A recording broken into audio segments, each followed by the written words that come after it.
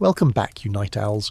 Tonight we slink into the muddy, torchlit alleys of a medieval village where a desperate soul is about to make a choice that'll change his life forever. And spoiler alert, they probably won't survive this. Picture it. The air smells of damp straw and yesterday's stew, dogs are yapping somewhere in the distance, and the moon's hiding behind clouds like it's embarrassed to watch what's about to go down. So, before you get comfortable, take a moment to like the video and subscribe, but only if you genuinely enjoy what I do here. Oh, and drop a comment with your location and local time. I'm curious where you're drifting off from tonight. Now, dim the lights, maybe turn on a fan for that soft background hum, and let's ease into tonight's journey together. The year is 1342, and in a lopsided hovel on the edge of an English village, a man named Thomas crouches by a dying fire, his stomach growling louder than the wind rattling the shutters. He's not a born criminal, mind you, just a weaver whose loom broke last month, and with it, his livelihood. The Lord's taxes didn't pause to sympathise, and the baker stopped trading bread for promises. Thomas's hands, calloused from years of threading wool, now tremble as he eyes a rusty knife on the table. It's not for murder, oh no, but for something almost as reckless in these times: stealing. He's heard whispers of men who slip through the night, pocketing coins or a loaf, living one day longer because of it. Tonight hunger wins over fear, and Thomas decides to become one of them. This isn't a Hollywood heist with slick moves and a catchy loot soundtrack. Medieval thieving is a grim, sweaty business, and Thomas is woefully unprepared. He wraps a tattered cloak around his shoulders, more holes than fabric, and steps into the night. The village is asleep save for the occasional drunk stumbling home from the alehouse. Mud squelches under his boots, and he winces at every sound, half expecting a pitchfork-wielding mob to leap out. His target? The miller's shed, where sacks of grain sit like plump, tempting sentinels. If he can nab just one, he might eat for a week. But here's the rub. Medieval villages are tight-knit, and every creak of a door or snap of a twig is a gossip's dream. Thomas's heart thumps as he nears the shed, already regretting this. Let's pause for a mainstream historical fact. Medieval England operated under feudalism, where lords owned the land, and peasants like Thomas worked it for a sliver of the yield. If crops failed, or tools broke, you were sunk. No safety net, no unemployment benefits. Starvation was a real threat, pushing many to desperate acts like theft. Now, for a quirky tidbit, some villages had thieves' candles made from the fat of executed criminals, supposedly granting luck to burglars. Thomas doesn't have one, he's not that far gone yet, but he's heard the tales, and they make his skin crawl. Historians still argue whether these candles were real, or just spooky folklore to scare folks like him straight. Back to Thomas, who's now at the shed, his knife prying at a loose plank. The wood groans and he freezes, picturing the miller's burly sons waking up. Medieval locks are crude, think iron padlocks the size of a fist, but Thomas's tools are cruder. His knife slips, nicking his hand, and he stifles a yelp. Blood trickles mixing with the mud on his fingers, and he's already thinking this was a terrible idea. Why not just beg? Because begging marks you as weak, and weak men don't last long here. Plus there's the shame. Thomas's father was a respected weaver, and the thought of his neighbour's pity stings worse than hunger. The shed's plank finally gives, and Thomas reaches in, feeling the rough burlap of a grain sack. His pulse races. This is it, his first theft. But then, a dog barks, loud, close, and very much not asleep. Thomas yanks his arm back, the sack untouched, and bolts into the shadows. He's not cut out for this, not yet. But the seed's planted and there's no going back. He huddles behind a haystack, catching his breath while the dog's barks fade. A modern aside, imagine trying to pull this off with no streetlights, no getaway car, just your wits and a cloak that smells like despair. Medieval thieves didn't have it easy, and Thomas is learning that the hard way.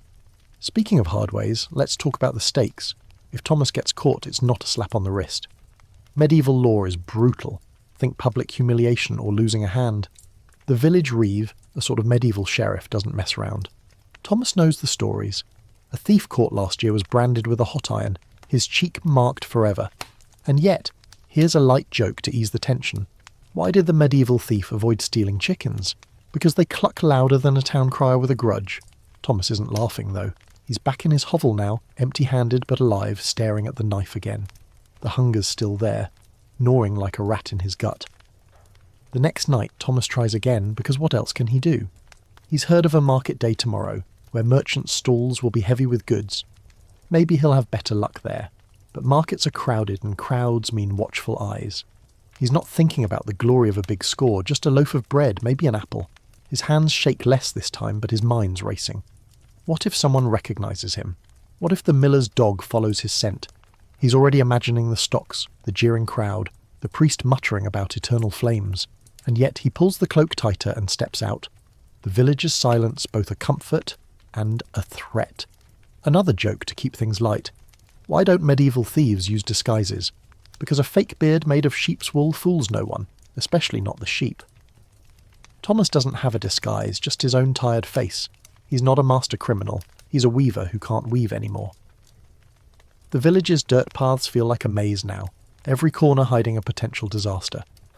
He passes the church, its steeple looming like a judge, and he wonders if God's watching. Probably, and probably not impressed. The market's tomorrow, and Thomas is already planning his move, but the fear's settling in deeper. This life he's chosen or been forced into sucks, and it's only just begun. As he slips back into his hovel, the fire's gone out completely, leaving just cold ashes. He lies on his straw mat, stomach still empty, and listens to the wind. It's a lonely sound, but it's better than the dog's bark or the reeve's shout. Tomorrow he'll try the market, and maybe, just maybe, he'll eat. But for now, he's got nothing but a rusty knife and a growing sense of dread. The medieval thief's life isn't glamorous. It's a grind, a gamble, and a one-way ticket to trouble. And Thomas, poor Thomas, is just getting started. The sun's barely up, and the village square is already a chaotic swirl of noise and colour, like a tapestry woven by a madman. Thomas, a reluctant thief from last night's misadventure, weaves through the crowd, his tattered cloak pulled tight to hide his face. The market is in full swing. Merchants hawk their wares, pigs squeal in pens, and children dart underfoot chasing a stray goose. The air smells of fresh bread, smoked fish, and the sharp tang of unwashed bodies packed too close. Thomas's stomach twists, not just from hunger, but from the sheer audacity of what he's about to attempt. A daytime heist right under the noses of 100 villagers. Remember that rusty knife he clutched in his hovel? It's tucked into his belt now, less a weapon, and more a sad reminder of how unprepared he is. The market is a thief's paradise and nightmare rolled into one. Stalls overflow with temptations, loaves stacked high, apples gleaming red, even bolts of cloth Thomas could never afford in his weaving days. But every prize comes with a catch. Watchful merchants, nosy neighbours, and the reeve's men patrolling with clubs that look eager for skulls. Thomas's plan, if you can call it that, is to swipe a loaf from the baker's stall while the crowd's distracted. He's not aiming for glory, just survival. His hands are sweaty, his heart's hammering, and he's already regretting leaving the miller's shed behind last night. That was dark and quiet. This is a circus. Let's ground this with a mainstream historical fact. Medieval markets were the economic heartbeat of villages, often held weekly under strict royal charters that regulated prices and quality. If you tried to sell mouldy bread or shortchange a customer, you'd face the pillory or worse. Now, for a quirky tidbit, some merchants used baker's dozens, 13 instead of 12, to avoid accusations of skimping, but clever thieves like Thomas, if he ever gets clever, knew to target the extra loaf. Historians still argue whether these markets were more about trade or social control, with lords using them to keep tabs on restless peasants. Thomas edges closer to the baker's stall, where a burly woman named Agnes is shouting about her rye loaves.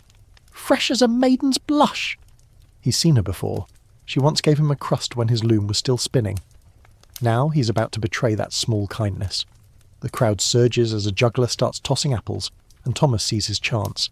He sidles up, pretending to inspect a loaf, his fingers inching toward one at the stall's edge.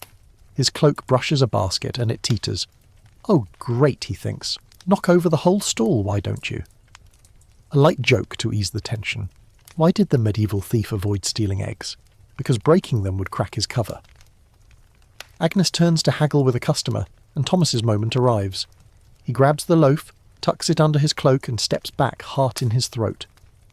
But the universe has a cruel sense of humour. A kid, no older than 10, points and yells, Oi! That man's nicking bread! Thomas freezes, the loaf burning against his chest like a hot coal. The crowd's eyes swivel toward him, and Agnes's face darkens. Thomas Weaver, is that you? She bellows, her voice carrying over the market like a church bell. He's not a master criminal. He's a weaver with a loaf-shaped lump under his cloak, and everyone knows it. He bolts, shoving through the crowd, the loaf slipping and nearly falling. People shout, some laugh, and a dog starts barking because of course there's a dog. Thomas's boots skid on the muddy cobbles, and he nearly collides with a cart of turnips. A modern aside, imagine pulling this off with no sneakers, no GPS, just a pair of leaky boots and a village that knows your face. Medieval thieves didn't have it easy, and Thomas is proving that spectacularly. He ducks behind a stall selling wool, ironic given his old trade, and crouches, panting, the loaf still clutched tight. The crowd's noise fades slightly, but Agnes's voice cuts through. "I'll have your hide, Thomas." The Reeves men are on the move now, their clubs thumping against their palms. Thomas peeks out and sees them scanning the market, their eyes sharp as hawks. He's got no plan, no hideout, just a loaf he's already regretting. The baker's stall is a lost cause now. Too many eyes, too much noise. He considers tossing the bread and blending back into the crowd, but his stomach growls, loud enough to betray him to the nearest passerby. Another joke. Why don't medieval thieves work in pairs? Because splitting the loot means splitting the blame, and no one trusts anyone that much. Thomas's mind races. He could try another stall, maybe the fishmonger's, where the smell might cover his tracks. But fish are slippery, and so's his luck. He remembers a story from his father about a thief who hid in a barrel of ale and nearly drowned. Tempting, but Thomas isn't that desperate yet. Instead, he creeps toward the market's edge, where the crowd thins and the alleys beckon. The loaf's still under his cloak, its crust scratching his skin, a reminder of his failure to stay invisible. He's not a shadow, not a legend, just a hungry man who's already made too many mistakes. As he slips into an alley, the shouts grow distant, but the fear doesn't. Every shadow feels like a reeve, every creak like a trap. He breaks off a piece of the loaf and stuffs it in his mouth, chewing fast, the rye tasting like guilt and victory. He's done it, sort of, but at what cost? The village will talk. Thomas the weaver, now Thomas the thief. His neighbours, once friendly, will lock their doors tighter. The church will whisper of sin, and the reeve will have his name. Medieval society doesn't forgive easily. Reputations stick like mud to boots. He finds a quiet corner behind a tanner's shed, the stench of curing hides masking his own nervous sweat. He eats another bite, slower now, savouring it despite the shame. The market's noise is a dull hum now, and he wonders if he's safe for the moment. But safety's a fleeting thing in this life. He's crossed a line and there's no uncrossing it. The loaf won't last forever, and neither will his luck. He thinks of the miller's shed from last night, how he almost got away clean. This market stunt was bolder, stupider, and far too public. One last joke to lighten the mood. Why did the medieval thief hate market days? Because the only thing worse than stealing is getting caught by a crowd with nothing better to do. Thomas leans against the shed, the loaf half-eaten, his breath steadying. He's not a hero, not a villain, just a man trying to outrun hunger for one more day. But the market's taught him something. Thieving isn't just about taking, it's about surviving the aftermath. And as the sun climbs higher, casting long shadows across the alley, Thomas knows he's got to get better at this, or he won't survive at all. The alley's damp chill clings to Thomas as he crouches behind the tanner's shed, the half-eaten loaf still tucked under his cloak like a guilty secret. The market's clamour fades into a distant hum, but his pulse hasn't slowed. Every rustle of leaves feels like the Reeves men closing in. He's survived his clumsy market heist, but the village is buzzing with his name now, and Thomas knows he can't slink back to his hovel like nothing happened. Word travels faster than a galloping horse in these parts, and Agnes the baker's voice carries farther than most. He needs protection, a way to survive this new life he's stumbled into. That's when he hears it. A low whistle from the shadows, sharp and deliberate, like a bird call with too much purpose. Thomas freezes, his hand on his rusty knife, as a figure steps into the dim light. A wiry man with a grin sharp enough to cut leather. This is Wat, a name Thomas has heard whispered in the alehouse, the kind of name that comes with warnings. Wat's no lone wolf. He's part of a thieves' guild, a shadowy network that operates like a twisted version of the village's trade guilds. These aren't your Robin Hood types, sharing spoils with the poor. Medieval thief guilds are more like a protection racket with extra knives. They offer a thief like Thomas a chance to survive, but it comes with a price, and not just in coin. Wat's eyes glint as he sizes Thomas up, like a fox eyeing a limping hare. "Heard you made a mess at the market," he says, his voice low and teasing. "Fancy living long enough to try again?" Let's anchor this with a mainstream historical fact. Thief guilds, while often romanticised, were real in medieval Europe, especially in larger towns, acting as informal networks that controlled crime and divvied up territories. They weren't just about camaraderie, they demanded loyalty and a cut of every theft. Now, for a quirky tidbit, some guilds had secret hand signs, like a twitch of fingers or a tap on the nose, to signal safe houses or warn of danger. Thomas doesn't know these signs yet, and what's not teaching, newbies have to earn their place. Historians still argue whether these guilds were organised like modern gangs or just loose bands of desperate men, but for Thomas, it's a lifeline with teeth. What leads Thomas through a maze of alleys, moving with the ease of someone who's never tripped over a cobble. Thomas stumbles along, the loaf still clutched tight, his mind racing. Joining a guild sounds better than dodging the reeve alone, but he's heard the stories. Thieves who cross their own kind end up floating in a river, or worse, betrayed to the law for a quick profit. What stops at a low door tucked behind a butcher's shop, the air thick with the stench of blood and offal. He knocks twice, pauses, then once more, and the door creaks open. Inside, the room is dim, lit by a single candle that smells suspiciously like it's made from that quirky thief's candle fat we mentioned last time. A handful of men and one woman sit around a table, their faces hard but amused, like they're sizing up a new jester. The woman, called Maud by the others, is clearly in charge. Her voice is soft but cuts like a blade, and her eyes pin Thomas to the wall. "So, you're the weaver who thought he could outrun Agnes," she says, and the room chuckles. Thomas flushes. News travels too fast. Maud explains the deal. The guild offers protection, tips on targets, and even a fence to sell stolen goods. In return, Thomas hands over half his take, follows orders, and never ever betrays them. It's not a choice. It's a contract signed in fear. Thomas nods, his mouth dry, knowing he's trading one kind of danger for another. A light joke to break the tension. Why did the medieval thief join a guild? Because going solo means you're the only one to blame when the reeve knocks. Maud tosses him a small sack of tools, lockpicks, a thin blade, a rope with knots for climbing. They're crude, nothing like a modern burglar's kit, but to Thomas, they're a lifeline. She also gives him a job: steal a silver candlestick from the chandler's shop by tomorrow night. No questions, no excuses. Thomas wants to protest. He's barely managed a loaf, and now they want silver. But Watt's grin is back, and it's not friendly. "You're one of us now, Weaver," he says. "Don't make us regret it." Thomas tucks the tools under his cloak next to the loaf and steps back into the night. The door shuts behind him, and the alley feels colder, the shadows deeper. He's not alone for long. Watt trails him, not as a guide but a watcher, making sure Thomas doesn't bolt. The guild's protection comes with eyes, and Thomas feels them everywhere. He heads toward his hovel, the loaf now a crumbly reminder of his market fiasco. A modern aside, imagine joining a gang with no cell phone, no burner email, just a handshake and the threat of a knife if you step out of line. Medieval guilds didn't mess around, and Thomas is already wondering if he's made a deal with the devil. The chandler's shop isn't far, but it's locked tighter than a lord's purse, and Thomas has never picked a lock in his life. The tools in his sack feel like a taunt, not a help. As he nears his hovel, a dog barks. Yep, that dog again. Probably the same one that nearly ruined him at the miller's shed. Thomas ducks into a doorway, his breath hitching. Watt's still behind him, whistling that same sharp tune, a reminder that he's not free anymore. The guild's got him, and so does the hunger. He eats the last of the loaf, crumbs falling into the mud, and tries to picture the candlestick. Silver means money, maybe enough to buy a new loom, to go back to weaving. But that's a dream, and dreams don't survive in alleys. Another joke. Why don't thief guilds have membership cards? Because paper's expensive and a scar's easier to check. Thomas reaches his hovel, the familiar smell of damp straw greeting him like a slap. He spreads the guild's tools on the floor, their weight foreign in his weaver's hands. The lockpicks are bent bits of iron, the blade duller than his knife.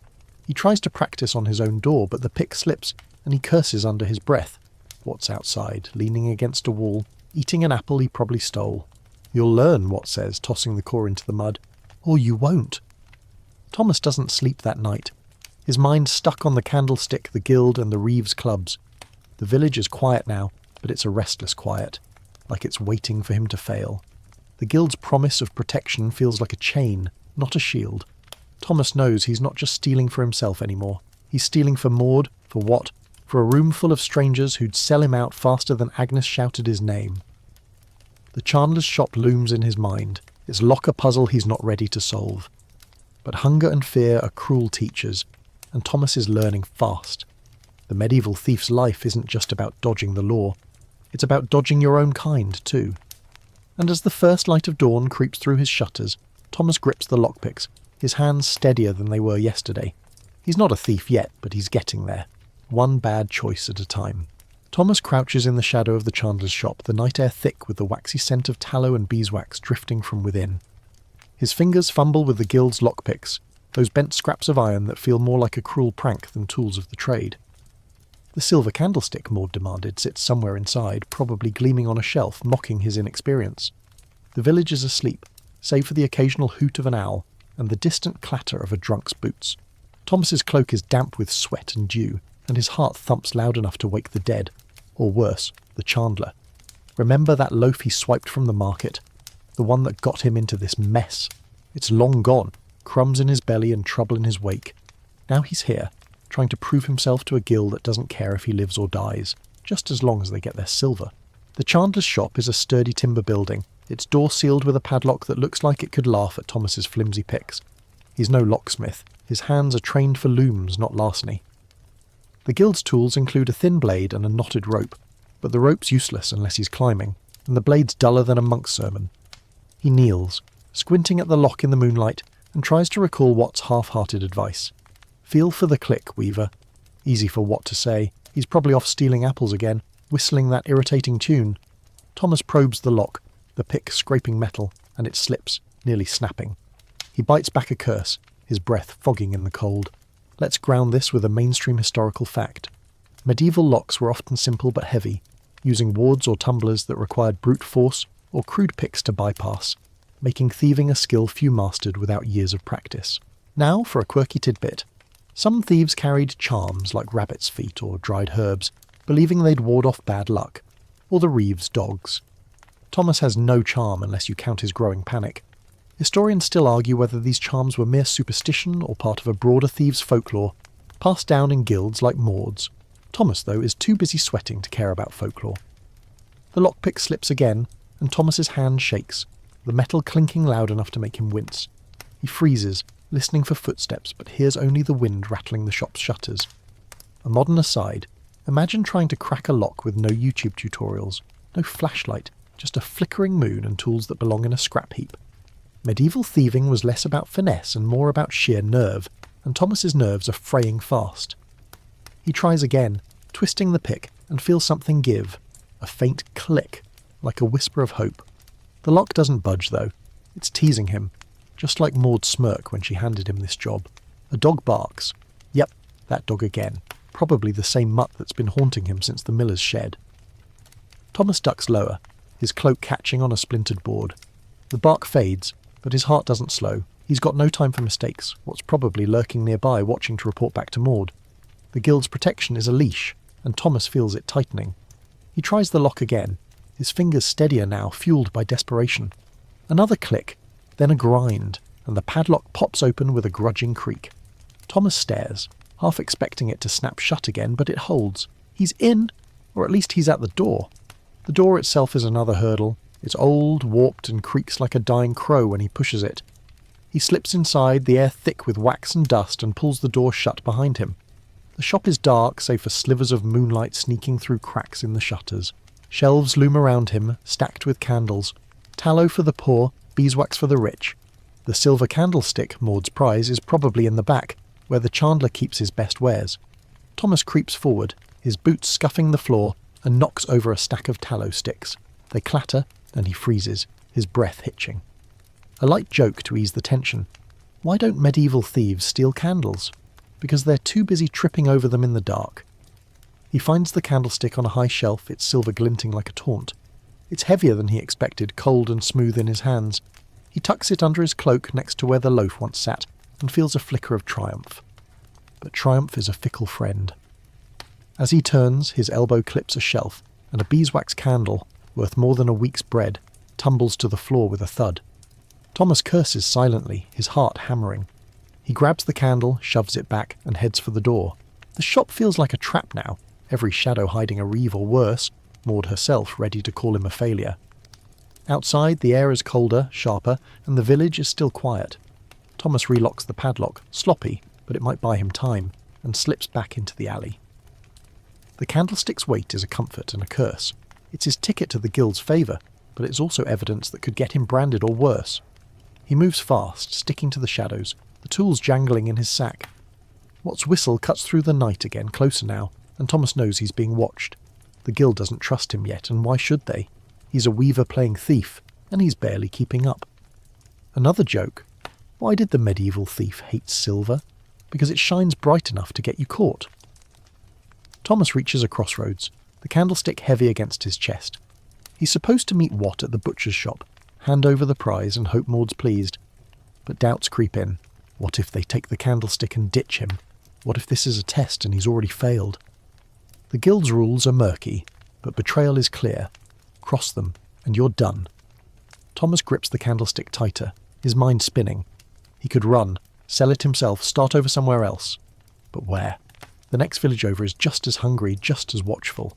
He reaches the butcher's shop, the stench of blood stronger now, and Watt's there, leaning against the wall, tossing another stolen apple. "Got it?" Watt asks, his grin all teeth. Thomas nods, pulling the candlestick from his cloak. Watt's eyes light up, but there's no warmth in them. He takes it, weighs it in his hands, and whistles again, signalling someone in the shadows. Thomas's stomach twists. More guild eyes, more leashes. "Good work, Weaver," Watt says, but it's not praise, it's a warning. Thomas is in deeper now, bound to the guild's whims, and the tools in his sack feel heavier than ever. As Watt vanishes into the night, Thomas heads back to his hovel, empty-handed again except for the guild's tools and a growing sense of dread. The candlestick's gone, but its weight lingers, a reminder of the life he's chosen, or been forced into. The village sleeps, oblivious to his victory, but Thomas knows better. Every creak, every bark, every shadow is a threat now. The medieval thief's life is a tightrope, and Thomas is wobbling, one bad step from a fall. The guild's protection might keep him alive, but it's also caging him, and as he slips into his hovel, the dawn light creeping through the shutters, he wonders how long he can keep this up. Thomas trudges through the village's muddy lanes, the dawn light casting long, accusing shadows across his path.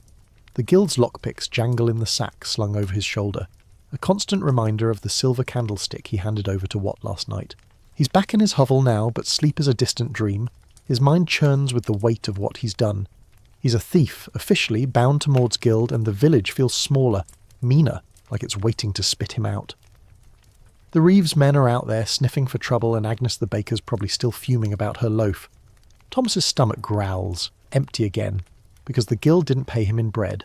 They paid in promises and threats. Now, Maud's got a new job for him, and it's not as simple as a candlestick. The law's closing in, and Thomas is about to learn just how unforgiving medieval justice can be. The guild's latest order came at dawn, delivered by Watt's irritating whistle outside Thomas's door. Maud wants him to steal a merchant's coin purse, one fat with silver from market day. The catch? The merchant's house is near the village square, right under the Reeves' nose. Thomas sits on his straw mat, staring at the guild's tools, his rusty knife now joined by those cursed lockpicks. He's no master thief. His hands still fumble, his heart still races, but the guild doesn't care. Fail, and they'll cut him loose, or worse. Succeed, and he's deeper in their debt. Either way, the law's shadow looms larger than the guild's, and Thomas knows what happens to thieves who get caught. Let's anchor this with a mainstream historical fact. Medieval justice in England often fell under manorial courts, where lords or their reeves dispensed punishments like fines, stocks, or mutilation for crimes like theft. A stolen purse could cost you a hand or an ear, depending on the lord's mood. Now for a quirky tidbit, some villages used hue and cry, where anyone spotting a crime had to shout, rallying neighbours to chase the culprit. Imagine a medieval flash mob with pitchforks. Historians still argue whether these courts were about justice or just keeping peasants in line, but for Thomas, it's a gauntlet he's got to run. He heads out at dusk, the village settling into a restless quiet. The merchant's house is a sturdy affair, timber and wattle with a locked door and shuttered windows. Thomas crouches in an alley, watching as the merchant, a paunchy man named Godwin, locks up for the night. The purse is likely inside, tucked in a chest or under a floorboard. Merchants aren't fools.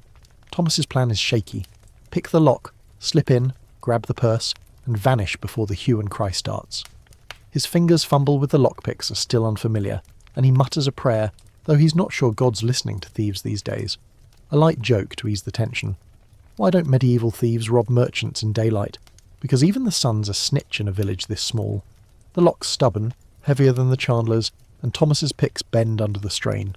Sweat beads on his forehead, and he glances over his shoulder, half expecting Watt's grin or the Reeves Club. The street's empty, but that dog, yes, that dog, barks in the distance, and Thomas's stomach twists. He's not cut out for this, not really, but hunger and Maud's orders don't care about his doubts. The pick finally catches, a faint click echoing like a thunderclap in his ears. The door creaks open, and he slips inside, the air thick with the smell of wool and ale. The merchant's house is dark, cluttered with barrels and crates, a maze of shadows that feels like a trap. Thomas creeps forward, his boots scuffing the dirt floor. He's got no candle, too risky, and the moonlight barely filters through the shutters. He feels along a table, fingers brushing a clay mug, a spoon, then something heavy, a chest. His heart leaps, but it's locked, of course. He kneels, the lockpick slipping in his sweaty hands, and tries to work the lock. It's trickier than the door, the mechanism grinding like it's mocking him. A modern aside, imagine pulling a heist with no flashlight, no gloves, just a weaver's hands and tools that might snap any second. Medieval thieving was a test of patience, and Thomas is failing spectacularly. A floorboard creaks upstairs, and Thomas freezes, the pick halfway in the lock. Godwin's awake, or someone is. He holds his breath, listening as footsteps shuffle, then stop. A snore follows, and he exhales, his hands shaking harder now. The chest lock finally gives, and inside he finds it. The purse, heavy with coins that clink softly as he lifts it. It's more money than he's seen in years, enough to fix his loom, maybe even leave this cursed village. But it's not his, not really. It's Maud's, and the guild's cut comes first. He tucks the purse under his cloak, next to the candlestick's ghost, and heads for the door. That's when it all goes wrong. He trips over a crate, the purse slipping and coins spilling with a clatter that could wake the dead. Upstairs, Godwin stirs, shouting, "Who's there?"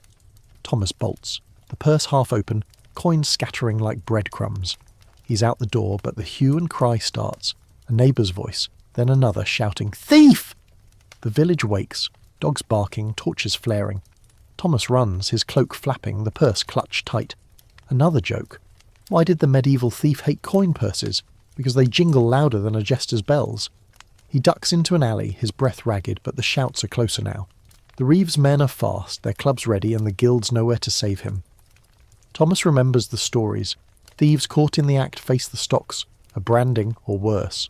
He finds a ditch behind a stable and dives in, mud soaking his cloak. The purse is still with him, but it's lighter now, coins lost in his panic. He lies there, heart pounding as torches pass by, voices fading. He's escaped barely, but the village is alive with his crime, and Godwin's purse will mark him as a bigger target than ever. Back in his hovel, Thomas empties the purse on his mat. A handful of silver, not enough to change his life, but enough to keep Maud happy, for now. He hides it under a loose floorboard, his hands still trembling. The guild will want their cut, but the Reeves men are circling, and the village knows a thief's loose. Thomas's name is Mud now, whispered in alehouses and churches. He's not just dodging the law, he's dodging his neighbours, his past, his own shame. One last joke. Why don't medieval thieves retire? Because the only way out is a noose or a new name, and Thomas isn't that lucky. As dawn breaks, Thomas lies on his mat, the purse's weight a cold comfort. The guild's tools sit beside him, a reminder of his new life. He's survived another night, but at what cost? The law's grip is tightening, and Maud's orders won't get easier. The medieval thief's life is a treadmill of risk, and Thomas is running out of breath. He closes his eyes, the village's murmurs seeping through his walls, and wonders how long he can keep this up before the law, or the guild, catches him first. Thomas huddles in his hovel, the stolen coins hidden under a floorboard, their faint clink still echoing in his mind like a guilty conscience. The village outside is restless, whispers of the merchant's robbery spreading faster than a summer fire. The Reeves men are knocking on doors, and Thomas's name is on too many tongues. He's a thief now, not just to the guild, but to the village, and the weight of it sits heavier than the purse he barely escaped with. Maud's orders loom, deliver the coins tonight or face the guild's wrath. But there's another shadow creeping in, the church.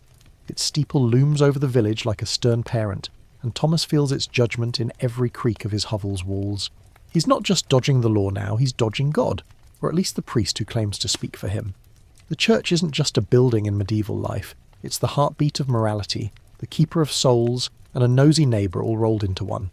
Thomas, once a weaver who bowed his head at Sunday Mass, now skulks past the churchyard, his cloak pulled tight to hide his face. He's due to meet Watt at the usual spot behind the butcher's shop, but the path takes him past the church, where Father Edmund is sweeping the steps, his eyes sharp as a hawk's. Thomas ducks his head, but the priest's voice cuts through the dusk. "Thomas Weaver, you've missed Mass twice now." It's not an accusation. Yet. But it might as well be. Thomas mumbles an excuse about illness and hurries on, the coins under his floorboard burning a hole in his mind. Let's ground this with a mainstream historical fact. The medieval church wielded immense power, not just spiritually but socially, often acting as a moral police force that could excommunicate sinners, barring them from community and salvation. Theft was a sin, and priests didn't hesitate to name and shame from the pulpit. Now, for a quirky tidbit, some thieves believed stealing from the church was less sinful if they left a small offering behind, like a coin or a candle. Call it divine bribery. Historians still argue whether the church's influence deterred crime or just drove it underground. But for Thomas, the guilt is as real as the Reeves clubs. He reaches the butcher's shop. The stench of blood and offal a familiar cloak over his nerves. What's there? Tossing that same stolen apple core, his grin sharp as ever. Thomas hands over the coins, keeping a few back for himself. A dangerous gamble, but hunger's a cruel master. What counts them? His eyes narrowing, and Thomas's stomach twists. "Maud'll want to see you," Watt says, pocketing the silver. "She hears things, Weaver. Things about you and Godwin's purse." Thomas nods, his throat dry, and follows Watt through the alleys, the church's steeple still looming in his peripheral vision. He's not just carrying coins now, he's carrying sin, and the priest's words echo like a warning. The guild's hideout is as grim as ever, the candle's flickering light casting shadows that look like judgmental saints. Maud sits at the table, her fingers drumming a rhythm that makes Thomas's knees weak. She's heard about the hue and cry, the coins scattered in his clumsy escape, and she's not pleased. "You're loud, Weaver," she says, her voice soft but slicing. "Loud thieves don't last." Thomas tries to explain, the creaky floorboard. The merchants shout, but Maud waves him off. She doesn't care about excuses, only results. The guild needs him quiet, efficient, or gone. She gives him another job. Steal a reliquary from the church's sacristy. A small box said to hold a saint's bone. It's a test, and Thomas knows it. Stealing from God's house is a step beyond merchants and chandlers. He leaves the hideout, his mind spinning. The church! The same place where he was baptized, where his mother's buried. The reliquary's worth a fortune, sure, but the risk is eternal. Excommunication, damnation, the works. Thomas trudges back to his hovel, the guild's tools heavier in his sack. He tries to picture the sacristy, its locked door, the priest's watchful eyes. Father Edmund's no fool. He's been known to sleep in the church to guard its treasures. A light joke to ease the tension. Why don't medieval thieves rob churches? Because the saints might snitch to God before the reeve gets you. Thomas kneels by his mat, the coins under the floorboard tempting him to run. But where to? The next village won't welcome a stranger with no trade, and the guild's reach is long.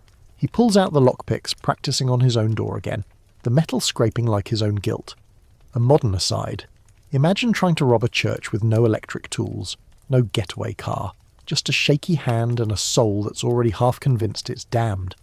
Medieval thieves didn't just face the law, they faced the afterlife, and Thomas is feeling it. The church's bells toll for evening prayers, and he flinches, the sound like a summons to judgment. He heads out at midnight, the village dark except for the glow of a few torches. The church looms ahead, its stone walls cold and unyielding. The sacristy door is locked, of course, but Thomas's lockpicks are getting familiar, their weight less foreign now. He works the lock, his breath shallow, the bell's echo still ringing in his ears. The door opens with a soft creak and he slips inside, the air thick with incense and wax. The reliquary sits on a table, a small wooden box inlaid with silver glinting in the moonlight. Thomas hesitates, his hand hovering. Stealing this feels different, worse, than a loaf or a purse. He mutters a prayer, half apology, half plea, and grabs the box. That's when the candle flickers. Father Edmund stands in the doorway, his face a mix of shock and sorrow. "Thomas," he says, his voice heavy, "what have you done?" Thomas bolts, the reliquary clutched tight, his boots slipping on the stone floor. He's out the door, into the churchyard, the priest's shout raising the alarm. No hue and cry yet, but it's coming. Thomas runs, the reliquary heavier than any purse, its weight pulling at his soul. Another joke. Why did the medieval thief avoid relics? Because they come with a curse that outlasts the loot. He ducks into an alley, the church bells now ringing wildly, waking the village. The reliquary's silver catches the moonlight, a beacon of his sin. He could drop it, beg forgiveness. But the guild's waiting, and Maud's patience is thinner than his cloak. He reaches the butcher's shop, Wat's whistle greeting him like a mockingbird. "You're late," Wat says, eyeing the reliquary. Thomas hands it over, his hands shaking, and Wat's grin widens. "Maud'll like this," he says, but there's no warmth in it. Thomas knows he's crossed a line. God's line, the village's line, maybe even his own. Back in his hovel, Thomas collapses on his mat, the guild's tools scattered around him. The church bells have stopped, but the priest's voice still echoes. What have you done? He's got no coins, no reliquary, just a growing dread that he's damned himself for nothing. The guild's protection feels like a noose now, and the church's judgment is a weight he can't shake. One last joke. Why don't medieval thieves pray for forgiveness? Because they're too busy running from the consequences. Thomas stares at the ceiling, the village's murmurs seeping through his walls, and wonders if he's stolen more than he can ever repay. Thomas stumbles through the village's pre-dawn mist, his cloak damp with dew and dread, the weight of the stolen reliquary still haunting his thoughts, even though it's now in Wat's hands. The church bell's echo lingers, a grim reminder of Father Edmund's accusing eyes catching him in the sacristy.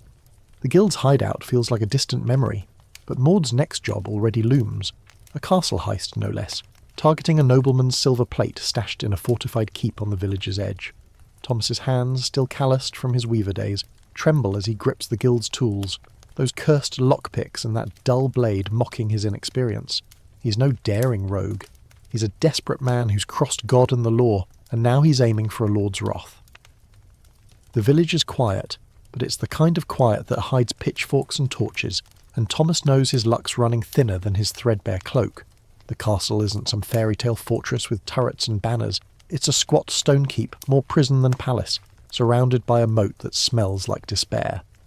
Lord Baldwin, the resident noble, is known for his temper and his hounds, neither of which take kindly to intruders.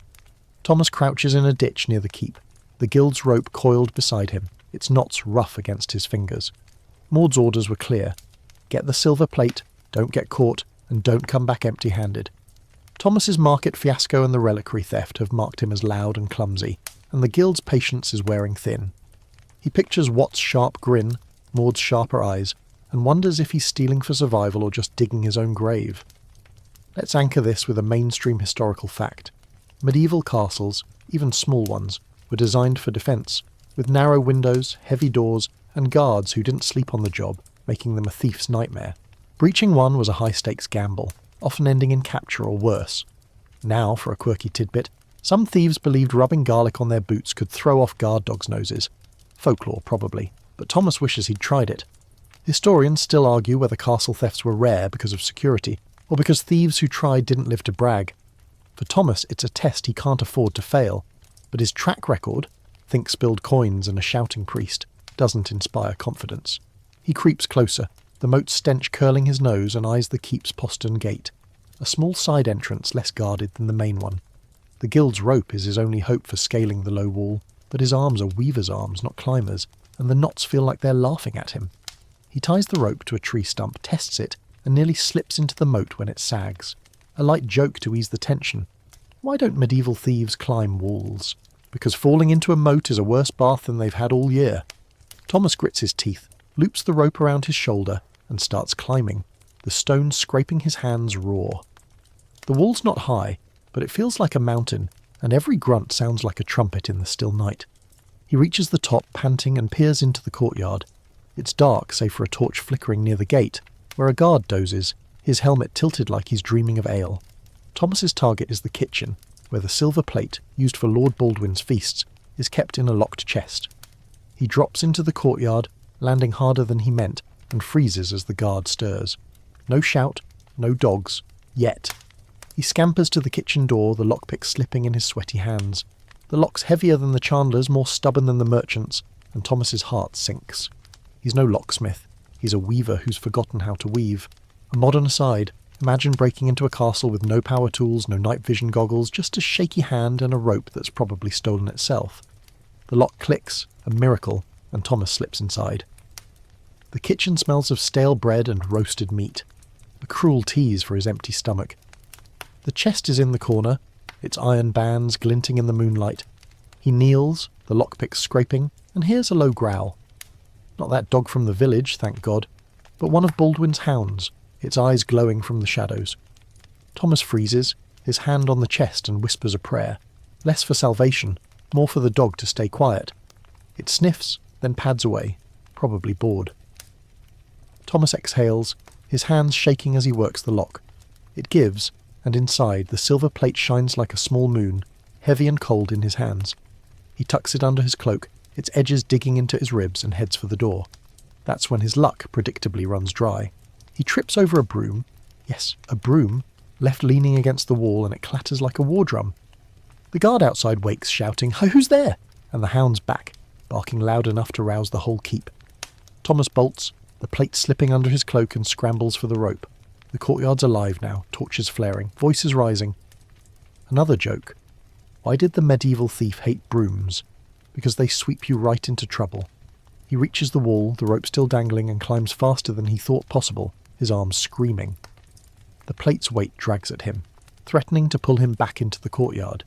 He hears boots stomping, the hound snarls, and, oh no, crossbows being cocked. He drops over the wall, landing in the ditch with a splash that smells worse than the tanner's shed. The plate's still with him, miraculously. But the hue and cry is starting, echoing across the village. Thomas runs, mud sucking at his boots, the plate a heavy curse against his chest. He ducks into a copse of trees, panting as torches bob in the distance. He makes it to the guild's hideout, the butcher's shop reeking as always, and Watts waiting, his apple core toss on point. Thomas hands over the plate, his hands scraped and muddy, and Watt whistles, impressed despite himself. "Maude'll like this," he says, but his eyes say Thomas was too loud, too sloppy. The guild wants results, not chaos, and Thomas's castle blunder has the village buzzing again. He trudges back to his hovel, empty-handed except for the guild's tools and a fresh layer of guilt. The church's steeple looms as he passes, Father Edmund's voice still ringing in his head. "What have you done?" One last joke.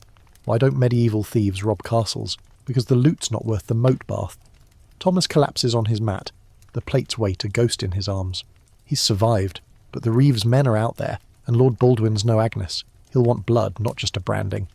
The guild's protection feels thinner now, a promise as flimsy as his cloak. The villagers awake, whispering his name, and Thomas knows he's not just a thief anymore. He's a marked man, caught between the law's hammer and the guild's knife. As dawn creeps through his shutters, he stares at the lockpicks, wondering if they're his salvation or his noose.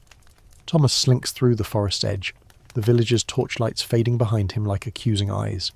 The silver plate he swiped from Lord Baldwin's keep is gone, handed to Watt's greedy hands, but its weight lingers in his aching arms and heavier conscience. The guild's hideout feels like a trap he's walked into willingly, and Maud's next job, a vague order to lie low in the woods, has him skulking among gnarled oaks and brambles that snag his cloak. The forest is no sanctuary. It's a wild, lawless place where outlaws like him trade one danger for another.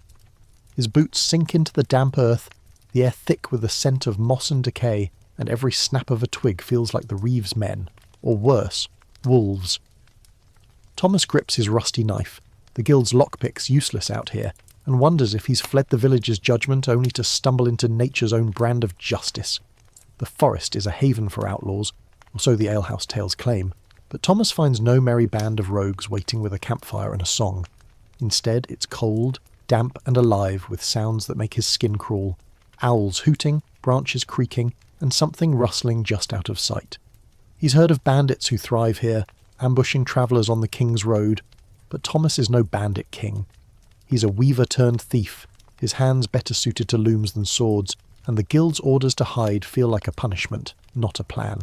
Maud's words echo, "Stay out of sight, Weaver, till the village forgets your name." But Thomas knows villagers don't forget, especially not after a castle heist that woke every dog and guard in the parish. Let's anchor this with a mainstream historical fact. Medieval forests were often royal preserves, where poaching or even gathering wood could land you in a lord's dungeon, as kings and nobles guarded their game fiercely. Outlaws hiding there risked not just the law, but starvation and wild animals. Now, for a quirky tidbit, some bandits wore charms made of wolf teeth, believing they'd gain the beast's cunning, though Thomas, shivering under his cloak, thinks a wolf's warmth would be more useful. Historians still argue whether forests were true refuges for outlaws or just desperate last stands, but for Thomas it's a cold, lonely limbo where every shadow hides a threat. He finds a hollow under an oak, its roots curling like skeletal fingers, and hunkers down, the guild's sack of tools his only company. The forest is no place for a lockpick, but he clutches them anyway, their weight a reminder of the guild's leash. His stomach growls louder than the owl's, and he curses himself for not grabbing bread before fleeing. The village's market with its loaves and apples feels like a dream now, and the memory of Agnes's shout, "Thomas Weaver, is that you?" stings worse than the brambles. He tries to sleep, but the ground's damp and every rustle jerks him awake. A light joke to ease the tension. Why don't medieval thieves love the forest? Because the trees gossip louder than the village. Morning brings no relief, just a grey drizzle that soaks his cloak and spirits. Thomas scouts the forest's edge, hoping for a forgotten apple orchard or a traveller's dropped sack, but finds only mud and thorns. He's not alone, though. A figure moves through the trees, cloaked and silent, and Thomas's heart leaps. Is it Watt checking on him? A Reeves man tracking him? Or just another outlaw, ready to slit his throat for his measly tools? He ducks behind a tree, his knife shaking in his hand, and watches as the figure pauses, then vanishes. Thomas exhales, but the forest feels smaller now, its shadows thicker with danger. He decides to move deeper, away from the village's reach, but the forest has its own rules. A stream blocks his path, its water cold and swift, and he wades through, his boots leaking like sieves. A modern aside, imagine surviving out here with no Gore-Tex, no granola bars, just a cloak that's more holes than wool and a knife that couldn't cut butter. Medieval outlaws weren't romantic heroes, they were desperate, and Thomas is learning that the hard way. He reaches the other side, shivering, and spots a crude shelter. Branches leaned against a rock, probably some other fugitive's work. It's empty, but a charred patch of earth suggests a fire, long dead. Thomas wishes he knew how to start one. His weaver's hands are useless here. That's when he hears voices, low, rough, and too close. He crouches in the shelter, clutching his knife as two men appear, their cloaks patched and their faces scarred. Bandits, not guild, and Thomas's blood runs cold. They're arguing over a sack of loot, stolen bread, a few coins, a dagger with a chipped blade. The road's dry today, one grumbles. No fat merchants. Thomas holds his breath, praying they don't look his way. The guild's protection doesn't extend out here, and these men look like they'd kill for less than a loaf. Another joke. Why don't forest bandits share? Because the only thing they split is skulls. The men move on, and Thomas exhales, his hands still shaking. He's got to eat, but stealing from bandits is a death wish, and hunting's beyond him. He remembers his father's stories of outlaws living off the land, but those were tales, not truth. The forest offers no free meals, just roots that taste like dirt and berries that might poison him. He chews a handful anyway, spitting out the bitter ones, and feels the hunger sharpen. The guild's orders to lie low are starting to feel like abandonment, and Thomas wonders if Maud sent him here to die. The village's law is harsh, but the forest's law is crueler. Survive or don't. Night falls, and Thomas builds a pitiful fire, more smoke than flame, using flint from the guild's sack. The warmth is fleeting, but it's something. He huddles closer, the forest's noise is louder now, wolves maybe, or just his imagination. He thinks of the reliquary, the silver plate, the coins, all handed to the guild while he starves. The church's judgment, Father Edmund's sad eyes, feels distant out here, but no less heavy. One last joke. Why don't medieval thieves sing ballads in the forest? Because the wolves would howl them into silence. Thomas pulls his cloak tighter, the fire's glow his only friend, and wonders if the guild will call him back or leave him to rot. Dawn breaks, grey and wet, and Thomas is still alive, barely. He's got no plan, no food, just the guild's tools and a growing sense of betrayal. The forest is no refuge. It's a test, and he's failing. The village, with its reeve and its church, feels almost welcoming compared to this. But Maud's orders are clear, and going back too soon could mean the guild's knife or the reeve's noose. Thomas grips his knife, the blade dull but familiar, and decides to move. The forest's dangers are real, but so's his hunger, and he's not ready to give up yet. The medieval thief's life is a gamble, and Thomas is all in, whether he likes it or not. Thomas stumbles through the forest's undergrowth, the damp chill seeping through his cloak as he clutches the guild's sack of tools. his only tether to the life he's left behind in the village. The hunger gnawing at his belly is sharper now, those bitter berries from yesterday doing little to dull it. The guild's order to lie low in the woods feels like a sentence, not a strategy, and the village's whispers, Thomas the Weaver, now Thomas the Thief, seem to follow him through the trees. He's alone, or so he thinks, until a familiar whistle cuts through the mist. What? The guild's shadow, emerging from the fog like a bad omen. "Maud's got plans," Wat says, tossing an apple core into the brambles. "But first, you've got family trouble." Thomas's heart sinks. His sister Ellen, the last person who still called him by his old trade, has been asking questions, and in a village this small, questions are as dangerous as torches in the night. Ellen lives on the village's edge, in a hovel not unlike Thomas's, with her husband and 2 children. She's the only one who didn't turn away when his loom broke, slipping him bread when she could. But now her kindness is a liability. Wat's news is grim. Ellen's been seen talking to the reeve, asking why Thomas vanished after the castle heist. The guild doesn't trust her, and Maud's made it clear. Family ties don't outweigh loyalty to them. Thomas is to confront her, silence her questions, or the guild will do it for him. He trudges back toward the village, the forest gloom giving way to open fields, his mind tangled with guilt. Ellen's no snitch, but suspicion is a spark that burns fast in a place like this. Let's anchor this with a mainstream historical fact. Medieval villages were tightly knit, with families often living interdependently, but betrayal, real or suspected, could fracture even the closest bonds, especially when crime was involved. A thief's kin might face shunning, or worse, if seen as complicit. Now, for a quirky tidbit, some villages had gossip stools, where suspected liars or busybodies were publicly humiliated, a fate Ellen might face if her questions get too loud. Historians still argue whether family loyalty in medieval times was stronger than fear of communal punishment, but for Thomas it's a knife's edge he's walking. He grips his rusty knife, the guild's lockpick's useless for this job, and heads for Ellen's hovel, the village's lights flickering like judgmental eyes. The air grows warmer as he nears the village, the familiar smell of smoke and straw replacing the forest's damp decay. Ellen's hovel is quiet, a single candle glowing through the shutters. Thomas hesitates, his hand on the door, remembering the times she patched his cloak or shared her children's laughter. He knocks softly, and Ellen opens the door, her face a mix of relief and worry. "Thomas, where have you been? You—" she whispers, pulling him inside. The hovel is warm, cramped, with her children asleep on a straw mat and her husband John out tending a sick cow. Thomas wants to spill Shanglo system. "I'm sorry. It looks like your message got cut off. No worries. I'll pick up right where we left off and continue the story, keeping it within the 2,000 to 2,100 word range and following all your guidelines for the bedtime history script." Let's dive back into Thomas's tale. Section 9. Thomas stumbles through the forest's undergrowth, the damp chill seeping through his cloak as he clutches the guild's sack of tools, his only tether to the life he's left behind in the village. The hunger gnawing at his belly is sharper now, those bitter berries from yesterday doing little to dull it. The guild's order to lie low in the woods feels like a sentence, not a strategy, and the village's whispers, Thomas the Weaver, now Thomas the Thief, seem to follow him through the trees. He's alone, or so he thinks, until a familiar whistle cuts through the mist. What? The guild's shadow emerging from the fog like a bad omen.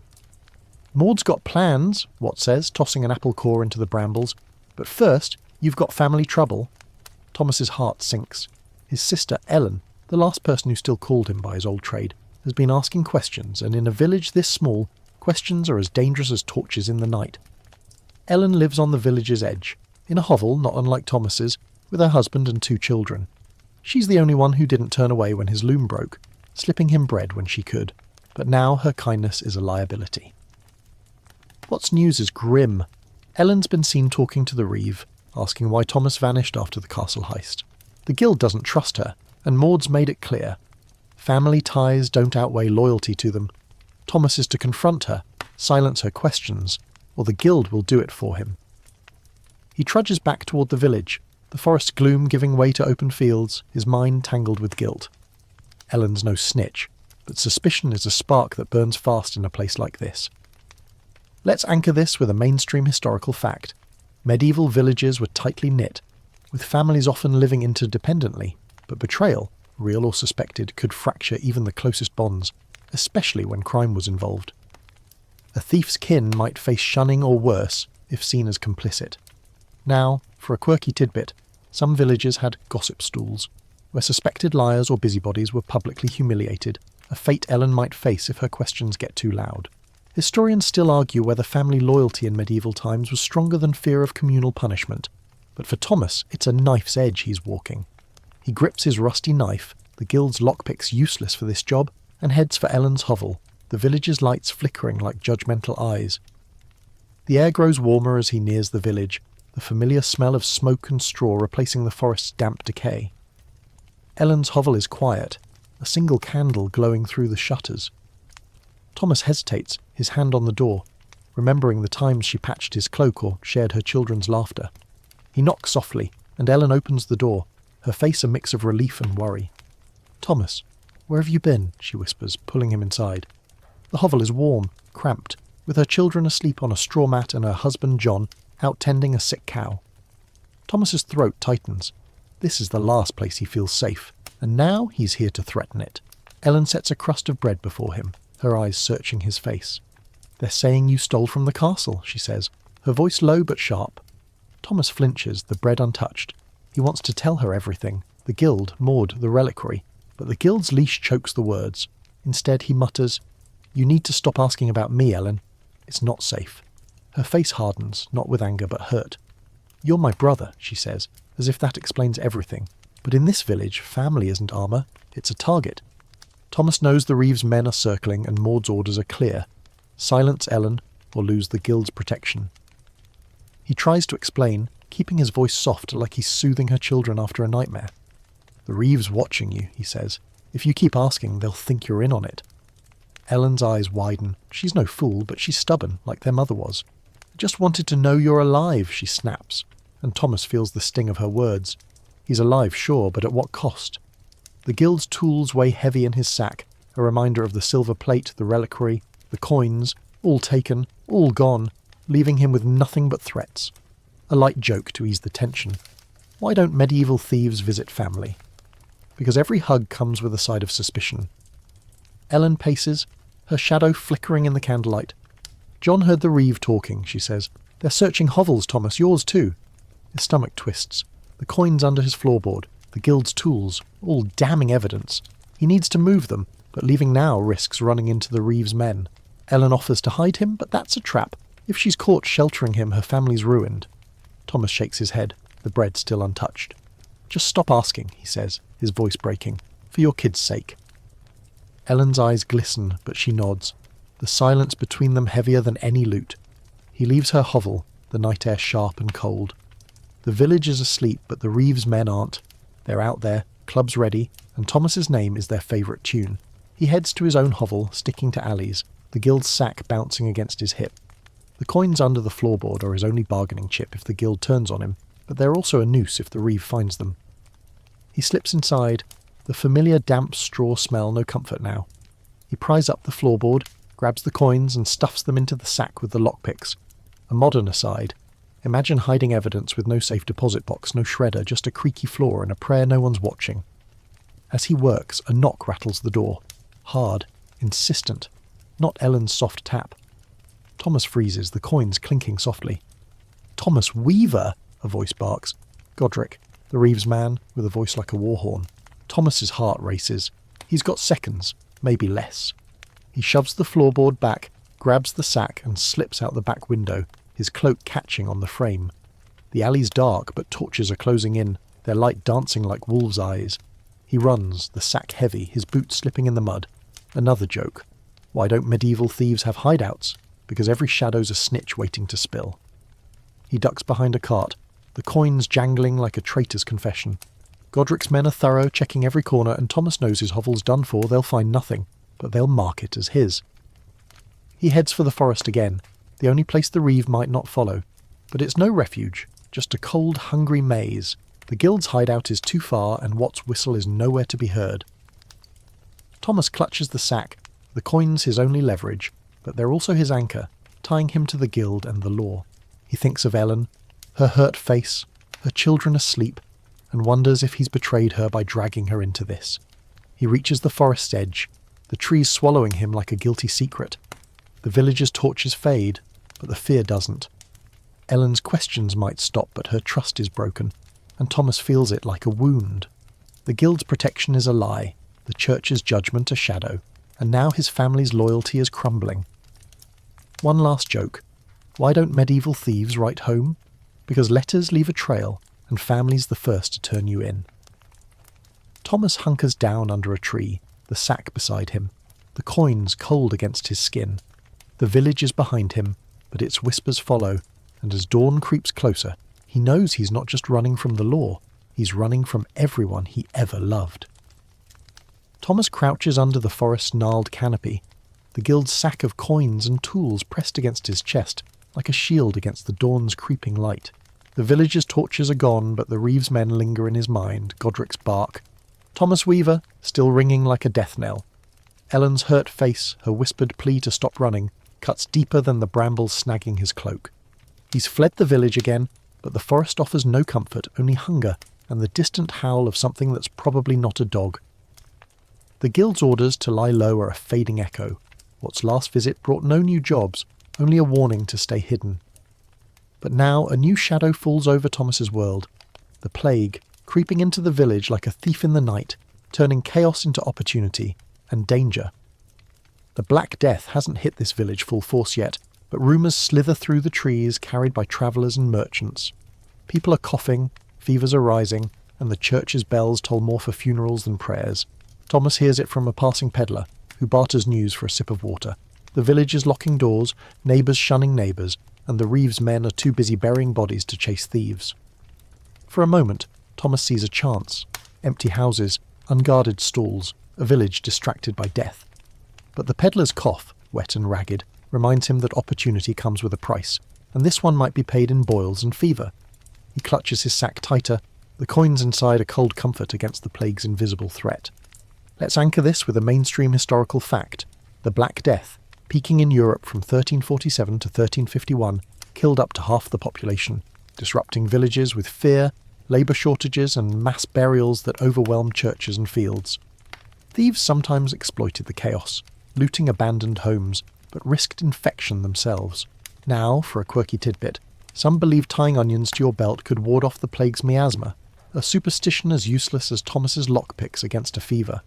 Historians still argue whether the plague emboldened criminals or simply thinned their ranks alongside everyone else, but for Thomas, it's a grim new game board where every move could be his last. He creeps closer to the village's edge, the forest's damp giving way to open fields where the air smells of smoke and fear. The market square, once bustling with Agnes's shouts and jugglers' apples, is half empty, stalls boarded up and faces hidden behind cloths. Thomas spots a chance, a baker's cart, unattended, its loaves tempting under a cloth. His stomach growls louder than the distant church bells, and he slips into the square, his cloak pulled tight. The plague's fear keeps eyes downcast, but Thomas knows better than to relax. Godric's men might be busy, but suspicion never sleeps. He reaches for a loaf, his hand steady from months of practice, when a cough, sharp, close, stops him cold. The baker's apprentice, a boy no older than 12, glares from behind the cart, his face pale and sweaty. Thomas backs off, the loaf untouched, his heart hammering. A light joke to ease the tension. Why don't medieval thieves steal during plagues? Because the loot's not worth a cough in the face. He retreats to an alley, the guild's sack heavy with coins he can't spend and tools he can't eat. The plague changes everything. Merchants hoard, villagers hide, and even the guild's hideout might be a death trap if Watt or Maud are sick.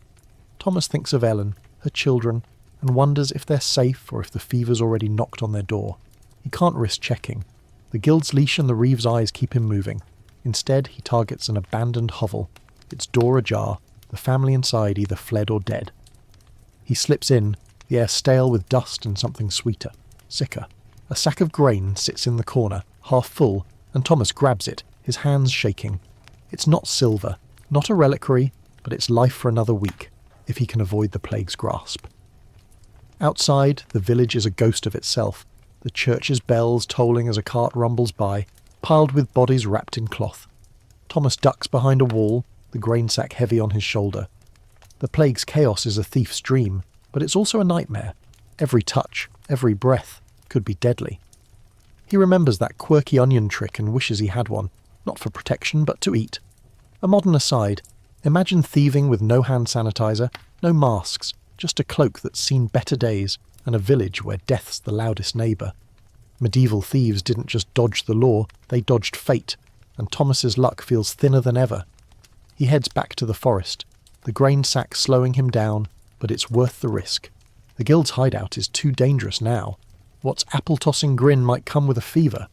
Thomas finds a new hollow, deeper in the woods, and stashes the grain under roots, covering it with leaves. He keeps the coins and tools close, his only leverage if the guild calls him back. Night falls, the forest alive with sounds, owls, wolves, or maybe just his fear. He chews a handful of grain, raw and gritty, and thinks of the village, its empty stalls, its coughing children.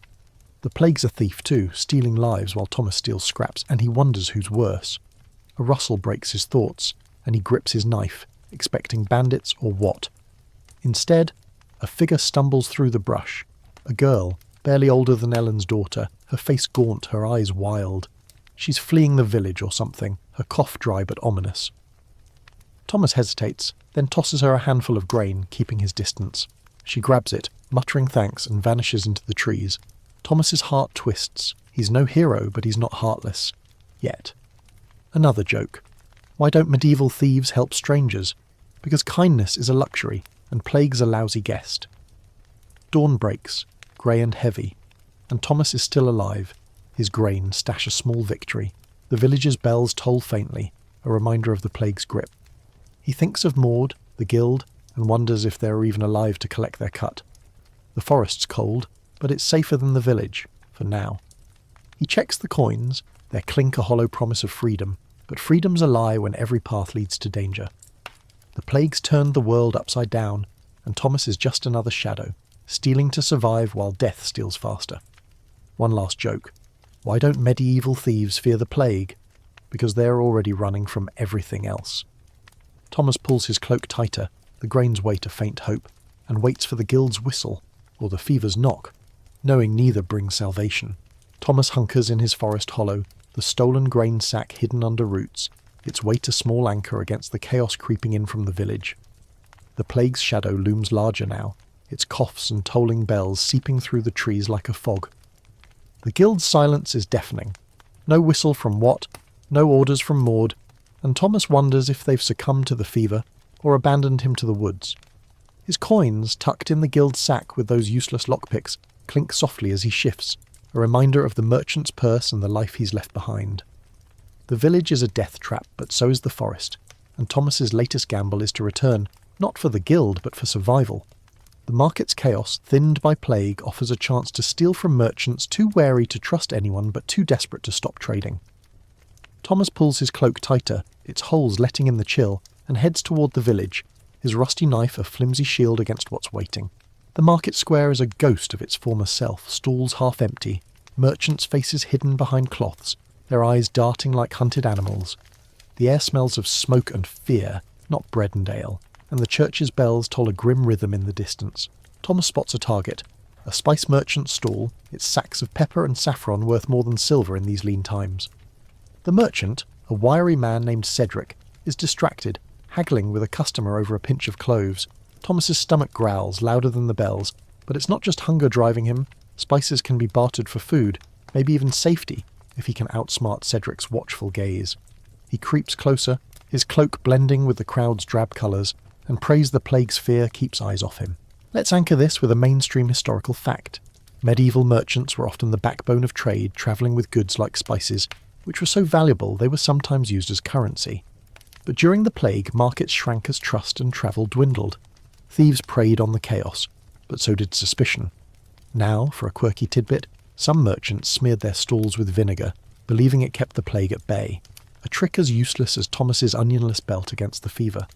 Historians still argue whether the plague's economic disruption created more thieves or simply made their lives harder, but for Thomas, it's a tightrope walk between opportunity and betrayal.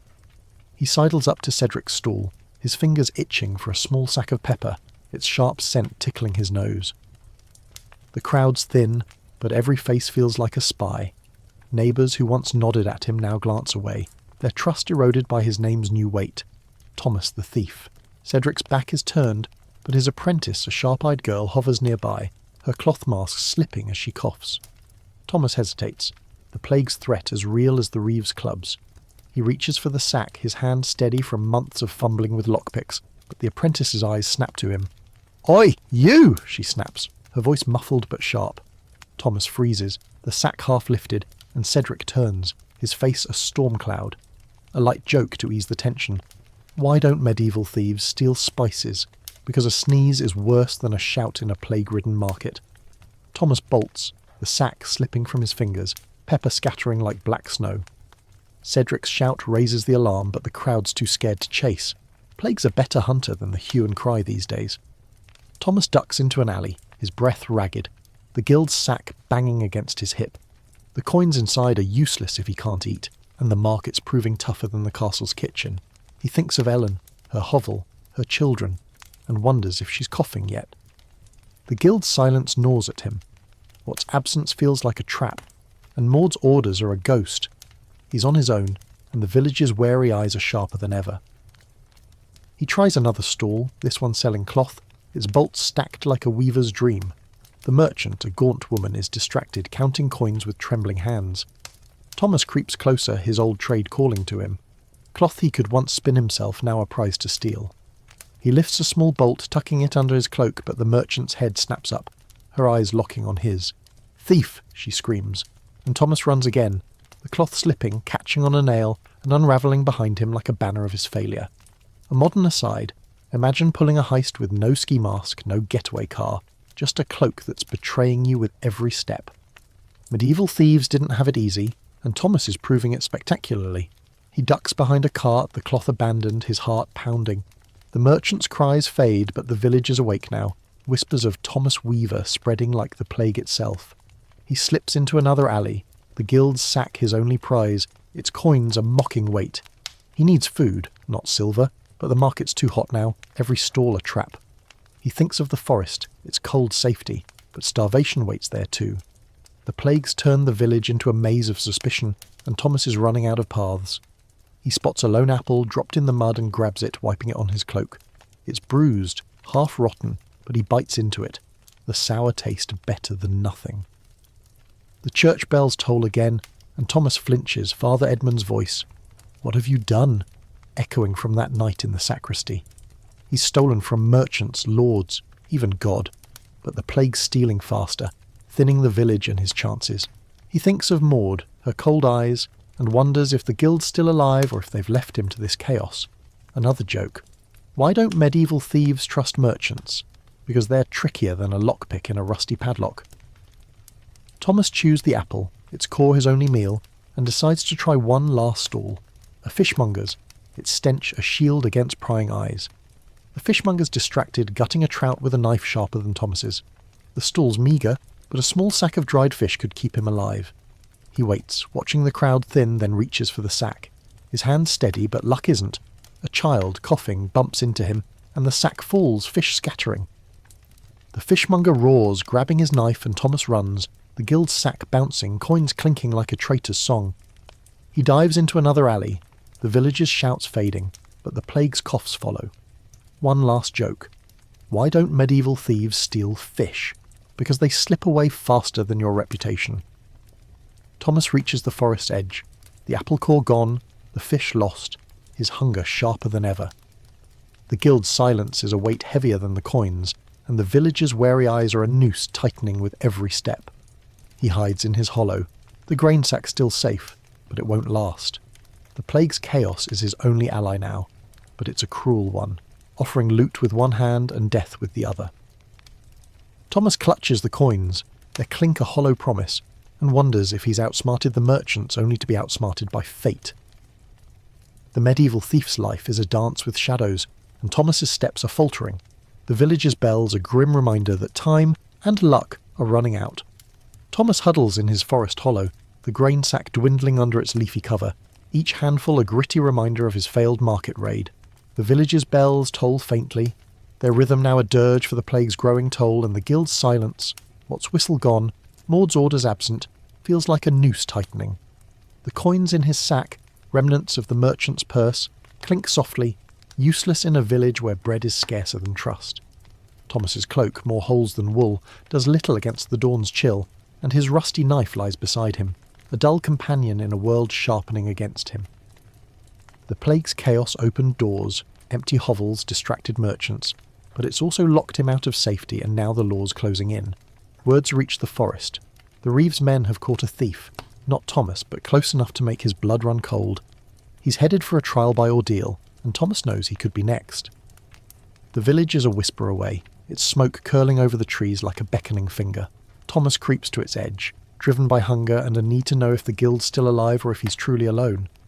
The market's a skeleton now, stalls boarded, merchants coughing behind cloths, but the church square buzzes with a grim crowd. They're gathered for the trial, a spectacle where God's judgment picks the guilty. The thief, a scrawny man Thomas vaguely recognises from Alehouse Nights, stands bound, his face pale as the plague's victims.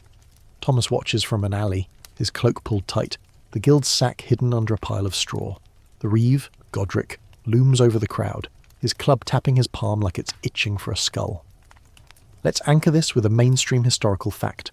Trial by ordeal was a common medieval practice in England, where the accused faced tests like plunging their hand into boiling water or carrying hot iron, with healing wounds proving innocence. A brutal mix of faith and pain. Thieves rarely passed. Now, for a quirky tidbit, some believed a stolen relic, like that reliquary Thomas nabbed, could sway God's judgment if hidden on the accused. Superstition, but desperate men clung to it. Historians still argue whether these trials were about justice or just crowd control, scaring folks like Thomas into line. He watches, his stomach twisting, knowing he's one mistake from the same fate. The priest, Father Edmund, presides, his face as stern as when he caught Thomas in the sacristy. The ordeal is simple. The thief must hold a red-hot iron and walk 9 paces. If his hand blisters, he's guilty. If it heals, God's on his side. The crowd murmurs, some praying, some jeering, as the iron glows in a brazier. Thomas's hands, calloused from weaving and now scarred from lockpicks, clench at the thought. The thief stumbles forward, his bound hands shaking as he grips the iron. His scream cuts through the square, and Thomas flinches, the guild's coins suddenly heavier in his sack. A light joke to ease the tension. Why don't medieval thieves like trials? Because God's judgment burns hotter than the Reeve's temper. The thief drops the iron, collapsing, his hand a ruin of blisters. The crowd roars, Godric's men drag him away, and Father Edmund mutters prayers that sound more like curses. Thomas knows the penalty, a branded cheek, maybe a hand lopped off, or worse if Lord Baldwin still saw about that silver plate. He slips deeper into the alley, his heart hammering. The guild's silence is deafening. What should be here, watching, reporting to Maud, but there's no whistle, no apple core tossed in the mud. Thomas wonders if the plague's taken them, or if they've cut him loose, leaving him to face the village alone. The trial's a warning, the law's awake, even if the market's dying. He heads back to the forest, the sack bouncing against his hip. The coins a dangerous comfort. The village's fear is his shield, but it's crumbling. Godric's men are sniffing closer, and Ellen's questions, though silenced, have left a trail. Thomas thinks of her hovel, her children, and prays they're safe from the plague and the Reeve. He can't check. Not now. Not with his name whispered in every tavern. The forest's cold embrace is his only refuge, but it's no home, just a place to starve slower. He chews a handful of grain, its grit sticking in his teeth, and tries to plan. The guild's gone quiet, but the law isn't, and Thomas needs a move before the ordeal's iron finds him. He considers the coins, their clink a faint hope. He could bribe someone, a peddler maybe, to smuggle him to another village, but the plague's everywhere, and strangers are less welcome than thieves. A modern aside, imagine escaping with no ID, no cash app, just a sack of silver that screams guilty to anyone who sees it. Medieval thieves didn't just run from the law, they ran from everything, and Thomas's legs are tiring. He buries the sack deeper under the roots, keeping only the knife and a single coin, and decides to scout the village again, not for loot but for news. If the guild's dead, he's free, sort of. If they're alive, he's still leashed. At dusk he creeps back, sticking to shadows. The church square is empty now, the brazier cold, but the air's thick with fear. He overhears a woman at a well, whispering about the thief's fate, branded and banished, left to the forest's mercy. Thomas shudders, picturing his own hand blistering, his face marked. He spots a lone stall, its merchant packing up, a small sack of apples left unguarded. Hunger wins over caution, and Thomas snatches one, his hand steadier than it was in the market months ago. But the merchant turns, shouting, "Thief!" and Thomas runs, the apple clutched tight, the hue and cry stirring again. Another joke. Why don't medieval thieves steal apples? Because they roll right into the reeve's hands. He makes it to the forest, the apple his only prize, its sour bite a fleeting victory. The villagers' shouts fade, but the trial's image, blisters, screams, Godric's club, burns bright. The guild's silence is a mystery, and Thomas wonders if Maud's testing him, or if the plague's taken her. He thinks of the reliquary, its saint's bone a ghost in his memory, and wonders if God's watching, judging, waiting. The forest's dark now, the grain sack nearly empty, and Thomas knows he can't hide forever. The law's hot, the plague's hotter, and his sister's trust is a fading ember. One last joke. Why don't medieval thieves pray during trials? Because God's too busy flipping coins with the reeve. Thomas bites into the apple, its juice sharp on his tongue, and braces for whatever comes next, guild, law or fever, knowing none will be kind. Thomas cowers in his forest hollow, the stolen apple's sour aftertaste lingering as the village's distant bells toll a mournful note, their echo drowned by the wind's restless howl. The grain sack is nearly empty, a handful of grit left to stave off hunger, and the guild's coins, buried under roots with those cursed lockpicks, feel like a taunt. Wealth he can't eat, can't trade, can't escape. The trial by ordeal he witnessed, the thief's blistered hand and Godric's grim nod, burns in his memory, a warning of what awaits if the reeve's men find him. The guild's silence is a heavier threat. No Wat, no Maud, just the forest's cold embrace and the plague's creeping shadow. Thomas's cloak, more holes than warmth, clings to his shivering frame as he realises he can't stay hidden forever. The village, despite its dangers, pulls him back. Not for loot, but for answers. If the guild's gone, he's free, but freedom in a plague-ridden world is a trap of its own, and the law's grip is tighter than ever. He creeps toward the village at dusk, the forest's gloom giving way to fields where smoke curls like a dying breath. The church's steeple looms, Father Edmund's accusing eyes, a ghost in Thomas's mind, joined now by the branded thief's screams. The reeve's men are everywhere, their torches bobbing like fireflies with a grudge, and Thomas knows his name's on their lips. He heads for his hovel, hoping to retrieve anything left before Godric's men tear it apart. The streets are quiet, the plague keeping folk indoors, but the silence is heavy, like the moment before a storm. Thomas slips into his hovel, the familiar damp straw smell now laced with dust and neglect. The floorboard where he hid the coins is gone, pried up, the space empty. The reeve's been here, or worse, the guild. His heart sinks. His last leverage is lost, and he's got nothing but a rusty knife and a sack of useless tools. Let's anchor this with a mainstream historical fact. Medieval justice often included imprisonment in makeshift dungeons, cellars or castle cellars, where thieves awaited trial or punishment, sometimes for months with little food or light. Conditions were brutal, meant to break rather than hold. Now, for a quirky tidbit, some prisoners carved tally marks or crude prayers into dungeon walls, hoping for mercy from God or guards, desperate scratches Thomas might soon add to. Historians still argue whether these dungeons were more about deterrence or simply cruelty. But for Thomas, the threat of a cold, dark cell is as real as the hunger gnawing his bones. He checks the hovel's corners, finding only a stale crust, which he pockets, his hands shaking with more than cold. He hears boots outside, Godric's men, their voices low but sharp, searching nearby hovels. Thomas bolts out the back window, his cloak catching on the frame, tearing another hole. He ducks into an alley, the crust in his pocket a meagre prize, and heads for the guild's hideout, desperate for answers. The butcher's shop looms, its stench stronger than ever, but no candle flickers inside, no Wat tosses an apple core. The door's ajar, and Thomas slips in, the air thick with dust and silence. The guild's gone, dead, fled, or betrayed, and Thomas feels the leash snap, leaving him adrift. He searches the room, finding only a broken lockpick and a scrap of cloth. No coins, no reliquary, no silver plate. Maud's empire, if it ever was one, has crumbled, and Thomas is alone. He retreats to the forest, the villagers' torches too close, the plague's coughs too loud. The crust is gone in 2 bites, barely dulling his hunger, and he hunkers in his hollow, the knife his only friend. The reeve's men are relentless, and without the guild, Thomas has no shield. He thinks of Ellen, her hovel, her children, and prays they're safe, but he can't risk checking, not with Godric's men sniffing his trail. A light joke to ease the tension. Why don't medieval thieves trust empty hideouts? Because silence screams louder than a Reeves shout. Thomas grips his knife, its blade dull but familiar, and weighs his options. Run to another village, where the plague and suspicion wait, or face the law and hope for mercy. He chooses the forest for now, its cold safety better than a dungeon's chains. But hunger drives him back to the village's edge, where a lone peddler's cart sits, its owner coughing by a fire. Thomas creeps closer, eyeing a sack of turnips, their earthy smell a siren's call. His hands steadier now, months of thieving honing his nerve, but the peddler's cough stops him. Plague's a thief too, and it doesn't share.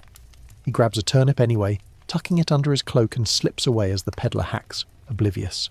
A modern aside, imagine stealing with no gloves, no mask, just a cloak that's more rag than refuge, and a village where every cough's a death sentence. Medieval thieves didn't just dodge the law, they dodged fate, and Thomas's fate feels closer than ever. Back in the forest, he gnaws the turnip, its bitterness a poor meal but better than nothing. The village's bells toll, a funeral or a warning, and Thomas wonders if Ellen's among the mourners or the mourned. The guild's absence is a wound, but so's the law's pursuit, and he's caught between them, a mouse in a trap-filled maze. He thinks of the trial, the hot iron, the thief screams and shudders. A dungeon awaits if he's caught, its cold stone a promise of slow death. He considers the coins he lost, the guild's tools, and wonders if he could sell the knife for bread. But who'd buy from a thief in a plague-ridden world? Night falls, the forest alive with sounds. Wolves, maybe, or just his fear. Thomas pulls his cloak tighter, the turnips wait a faint comfort. The Reeves men won't stop, and the plague won't wait. He thinks of Father Edmund, his sad eyes in the sacristy, and wonders if God's still watching, or if he's turned away. Another joke. Why don't medieval thieves hide in dungeons? Because the rats are better company than the guards. Thomas buries himself deeper in the hollow, the knife in his hand, and waits for dawn, knowing it brings no salvation. Just another day of running, stealing, and praying the law doesn't find him before the plague does. Thomas lies in his forest hollow, the turnip's bitter aftertaste clinging to his tongue, as the last grains of stolen wheat slip through his fingers like sand. The village's bells are silent now, swallowed by the night's chill, but the plague's coughs and the Reeves' relentless pursuit echo in his mind. The guild's absence, Maud's cold eyes, Watt's mocking whistle, has left him untethered, a thief without a leash but no less trapped. The coins and lockpicks buried under roots are gone, likely taken by bandits or the Reeves men, leaving Thomas with only his rusty knife and a cloak that's more rags than refuge. The village is a death trap, its streets thick with suspicion and fever, but starvation drives him back. One last desperate bid to escape the forest's hunger and the law's closing net. He's heard whispers of a smuggler's path through the woods, away to another village, but it's a gamble, freedom or capture, life or a dungeon's cold embrace. He creeps toward the village's edge, the moonlight casting shadows that twist like accusing fingers. The smuggler's path is a rumour, a narrow trail said to skirt the Reeves patrols and lead to a town beyond the forest, where a thief might start anew. Thomas's plan is shaky. Find the path, slip away, and pray the plague hasn't claimed the next village too. His knife is clutched tight, its dull blade a poor defence against guards or wolves, but it's all he has. The forest thins, giving way to fields where the village's lights flicker, fewer now, dimmed by death. He passes Ellen's hovel, its shutters dark and his heart twists. Has the plague taken her, or is she hiding from him? Her brother the thief. He can't stop to check. The Reeves men are too close, their torches bobbing in the distance. Let's anchor this with a mainstream historical fact. Medieval England had networks of unofficial paths, often used by smugglers or outlaws to bypass royal roads, patrolled by sheriffs or reeves. But these routes were treacherous, riddled with bandits and dead ends. Escape was a long shot for a lone thief. Now for a quirky tidbit. Some outlaws marked paths with carved symbols on trees, crosses or arrows, hoping to guide allies or confuse pursuers, though Thomas knows no such signs. Historians still argue whether these paths were lifelines for criminals or traps that funneled them into ambushes, but for Thomas it's a faint hope in a world of closing doors. He scans the trees, searching for a mark, a clue, anything to point the way.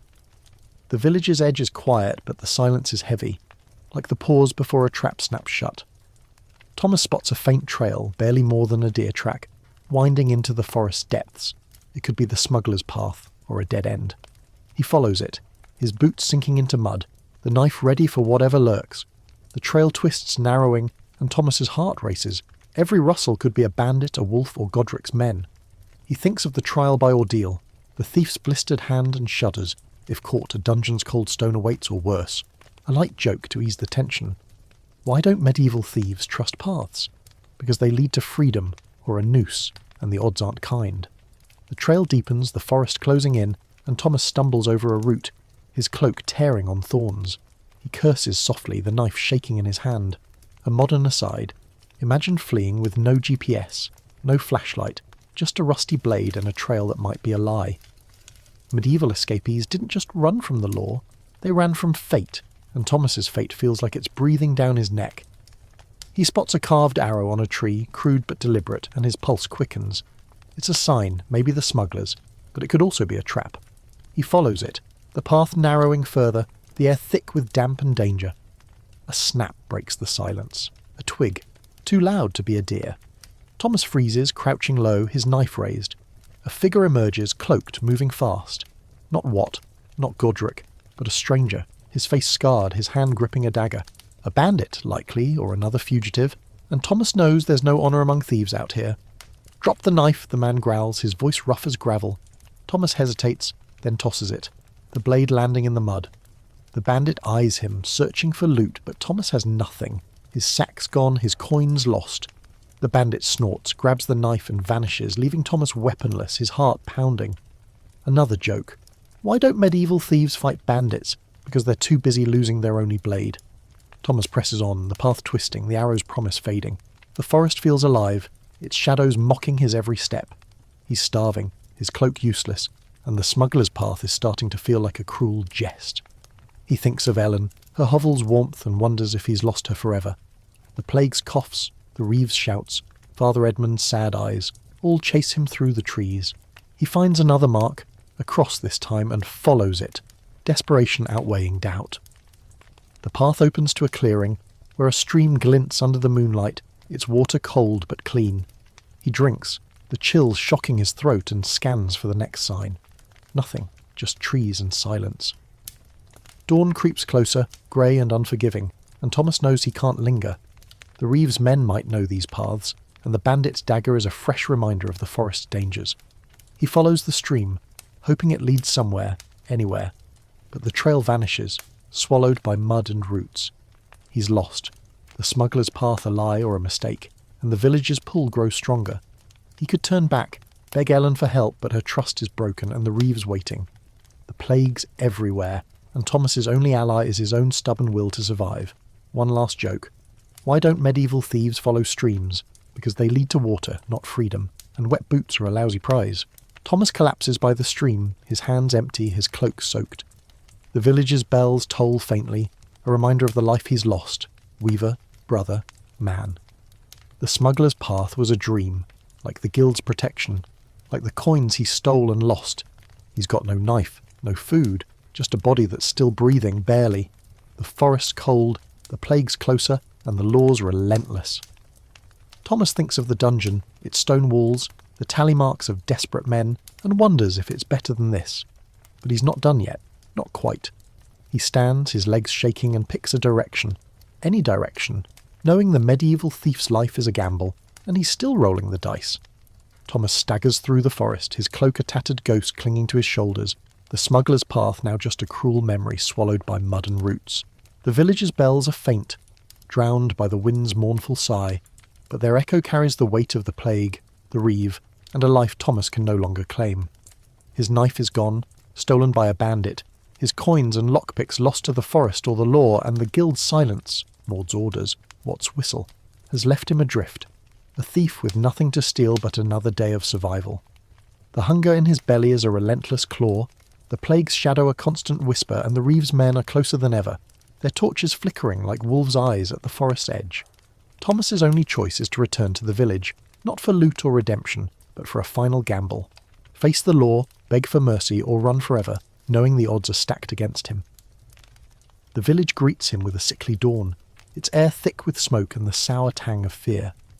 The streets are near empty, the plague-claiming souls faster than the reeve can chase thieves. Thomas creeps through alleys, his cloak pulled tight to hide his face. Though every neighbour knows him now, Thomas the Weaver turned Thomas the Thief. He heads for Ellen's hovel, driven by a desperate hope to see her one last time, to know she's safe before the law or the fever claims him. The hovel's shutters are closed, no candlelight seeping through, and Thomas's heart twists. Is she gone, or hiding from him? He knocks, soft as a prayer, but there's no answer, just the distant toll of the church bell calling another soul to rest. Let's anchor this with a mainstream historical fact. Medieval justice offered little mercy for repeat offenders like thieves, with punishments ranging from branding to hanging, though some lords allowed exile or sanctuary in churches for those who could reach them. Thomas's crimes, bread, coins, a reliquary, a silver plate, mark him for the gallows if caught. Now for a quirky tidbit. Some thieves sought benefit of clergy, claiming literacy to escape secular courts for milder church ones, often by reciting a psalm, useless for Thomas who never learned his letters. Historians still argue whether sanctuary or exile was a real escape or just a delay of punishment, but for Thomas it's a flicker of hope in a darkening world. He lingers by Ellen's door, his hand trembling, then turns away, knowing he can't drag her deeper into his mess. The village square looms ahead, the church's steeple a silent judge. Thomas spots Godric, the reeve, near a cart piled with plague dead, his club idle but his eyes sharp. Thomas ducks into an alley, his breath shallow, and weighs his choices. Surrender and face the ordeal's hot iron, or flee and risk the forest's wolves and starvation. The guild's gone, Ellen's lost to him, and the plague's a thief stealing faster than he ever could. He remembers the market's chaos, Agnes's shout, the castle's broom, and the reliquary's weight, each theft a step deeper into a life he never wanted. A light joke to ease the tension. Why don't medieval thieves surrender? Because the gallows has worse hospitality than a forest hollow. He creeps toward the church, a mad idea forming. Sanctuary. If he can reach the altar, the law might spare him, at least for a while. The church door is unguarded, Father Edmund likely tending the dying, and Thomas slips inside, the air heavy with incense and grief. The altar gleams, a relic of his sacristy theft, and he kneels, not praying but bargaining, with God, with fate, with himself. Just one more chance, he whispers, his voice cracking, but footsteps echo behind him, heavy and deliberate. Godric's voice cuts through. Thomas Weaver, you've run far enough. Thomas freezes, his cloak no shield now, the altar's promise hollow. He stands, hands raised, no knife, no coins, just a weaver's heart in a thief's body.